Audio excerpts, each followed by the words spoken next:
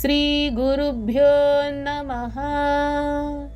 హరిః ఓం. అందరికీ నమస్కారం. తతః శ్వేతైర్హయైర్యుక్తే మహతి స్యందనే స్థితౌ మాధవః పాండవశ్చైవ దివ్యౌ శంఖౌ ప్రదద్మతుః.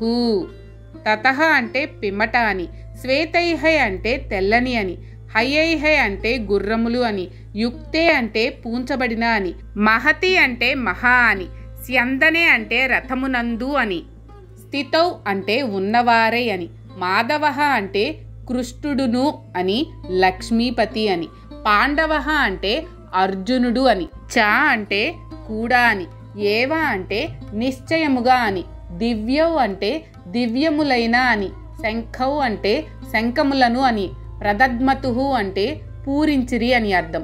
ఎదుటి పక్షమున శ్రీకృష్ణ భగవానుడు అర్జునుడు ఇరువురును తెల్లని గుర్రములు పూంచబడిన మహారథమునందు ఆసీనులైన వారై తమ దివ్య శంఖములను పూరించిరి.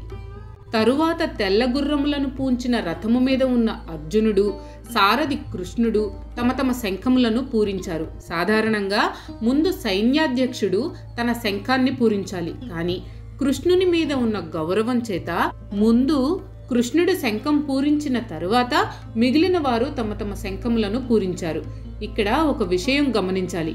కృష్ణుడు కేవలం అర్జునుడి రథసారథి. కానీ ఆయన చేస్తున్న పనిని బట్టి కాకుండా వ్యక్తిగా ఆయనకున్న జ్ఞానాన్ని, పరిణితిని, గౌరవాన్ని, గొప్పతనాన్ని గుర్తించారు పాండవులు. అందుకే రాజసూయ యాగంలో ఆయనకు అగ్రపూజ చేశారు. ఇక్కడ కూడా యుద్ధ ప్రారంభ సూచికగా మొట్టమొదట శంఖం పూరించే గౌరవం కృష్ణుడికి ఇచ్చారు. కాబట్టి మన వ్యక్తిత్వం, మన గుణగణాలు, మంచి ప్రవర్తన మనకు గౌరవాన్ని తెచ్చిపెడతాయి. కానీ మనం చేస్తున్న ఉద్యోగం, పదవి, సంపదలు కాదు అని అందరూ తెలుసుకోవాలి.